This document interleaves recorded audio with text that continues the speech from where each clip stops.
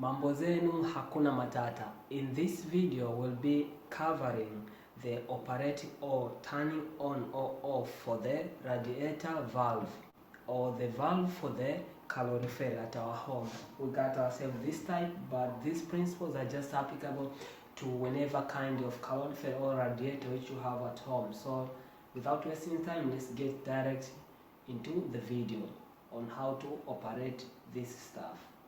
The basic principle toward here we just need to consider.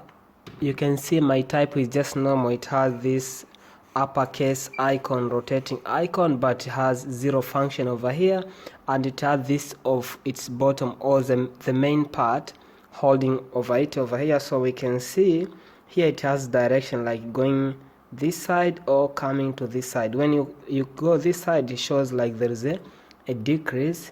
Going this side like there's an increase. So that's how they've just drawn over here. But how do we operate of this type? And you can see here it is non-movable from this part, so we cannot remove it from this part over here directly. So how can we operate it nicely is by rotating it anti-clockwise. So from here now it is closed, that means it is off.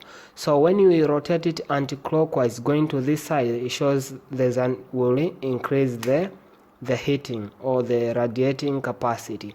So we turn it anti-clockwise, which is moving from right to left, anti-clockwise that way, one. And you can see when I turn anti-clockwise, you can see there is a rotating, and here there is a space left. Now we can see the white part here, a space left. When you turn it clockwise like this, you see the space is closed. So anti-clockwise, the space goes. That shows that this our upper tap like this is now coming forward, so leaving the bulb or this pipe over here open for the gas to or radiation to pass to go and hit our system here. To turn it off, if it is on, you just need to apply or to turn it clockwise. Clockwise, the clock how it goes t. So from left to right.